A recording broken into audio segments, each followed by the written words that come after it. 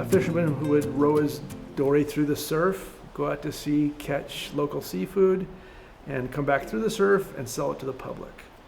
Started in 1891 by a fisherman that was tired of selling to the wholesalers, so he started a little kind of a farm type market to the public. And then it kind of took off, and it's been going since 1891.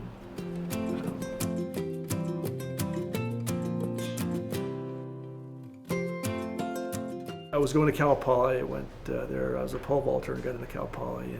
Pole vaulter? Yeah, in high school and in college. So that kind of started the path. And then from there, I got a job after college in sales and marketing. I had relatives from the Azores that were fishermen, and I heard stories of them going to sea and whaling and fishing, and I always loved the sea. I'm still doing the sales thing, and so I take my weekends and holidays and fish. And one day he calls me and says, "Hey, Steve, you have any money set aside?" And I had a little bit. He was going through bankruptcy and he was losing his business. So I ended up buying a locker and two dory boats, and here at the dory fleet, and that kind of started my journey into the dory fishing fleet.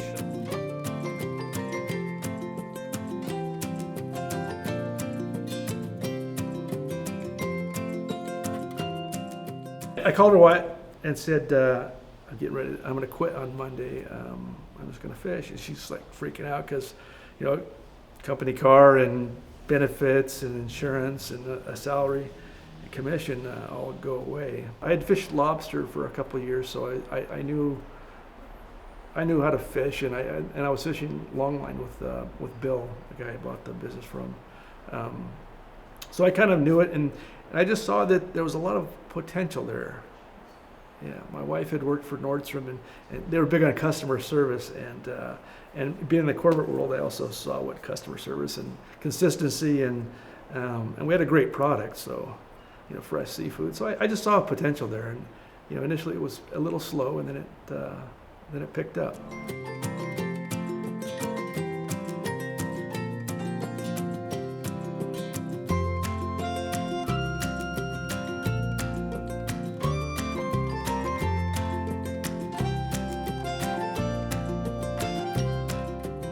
Initially, we'd get up. The boat would be all gassed up. I'd have tubs of gear baited up with thousands of hooks, and they'd be in the freezer ready to go. So if the weather looked good, we'd jump in the truck, come down to the beach with the boat, a four-wheel drive truck, launch the boat through the surf, and head out to sea in the dark. That was always a challenge. Is on a little boat, a little 20-foot boat, being 40 or 50 or 60 miles off the beach in the middle of the night. There were a couple times where I was shaking. I was so scared because, if you lose your engine out there, you're done. You're done. And we've lost a few guys over the years. You have good days and bad days?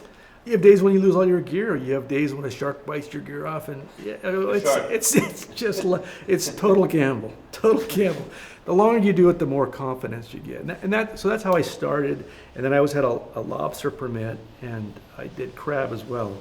And eventually, I just went into crab because that's much more consistent, much less of a gamble.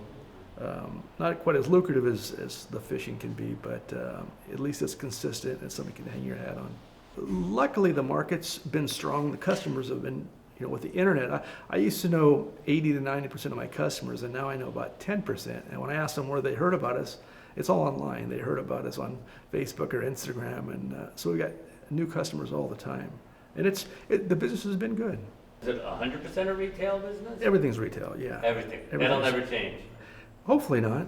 Yeah, it's like a farmer's market on the beach. So and customers, and we're fortunate also in this area to have a lot of first and second generation immigrants from all over the world, and they put a high value on fresh seafood like this. So they're our main customers. Those are your customers. Who are there's other dory fishermen at Sure, there are four families four of us that that kind of fish there for the most part, and we all fish for different items, different seafood. So, and it's the last, it's the last remaining, is that correct? Dory fisher, fish market? So market, yeah. There's some dory fishermen up in Oregon that launch to the surf and catch salmon, and I'm not sure how they sell it, but this, as far as a market, being on the beach to the public for over 100 years, this is the only one.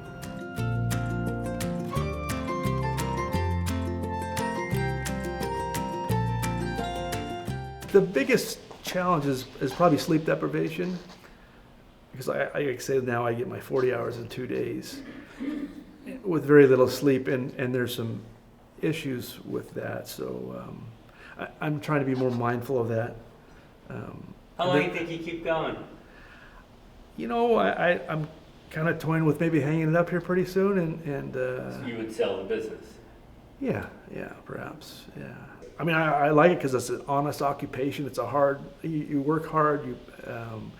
And the nice thing about the market is you have customers that come back and they tell you how they really enjoyed what you provided for them. So that's kind of rewarding in that respect, that you could provide something that people like. And there's a lot of great stories of, you know, things that happened out at sea that are kind of out of the ordinary. Yeah, a lot of hats. You have to be able to repair your boat. You have to be able to, if you have a deckhand, you have to be a psychologist and try to work with them and, you know, and their issues. And yeah, so there's a lot of hats you have to wear. But all in all, you know, the sunrises never lose their magic. The sunsets, the whales, the dolphins. It's tough work, but there's something about it that gets in your blood, and it's just hard to explain. No regrets. Yeah, no regrets at all. And occasionally we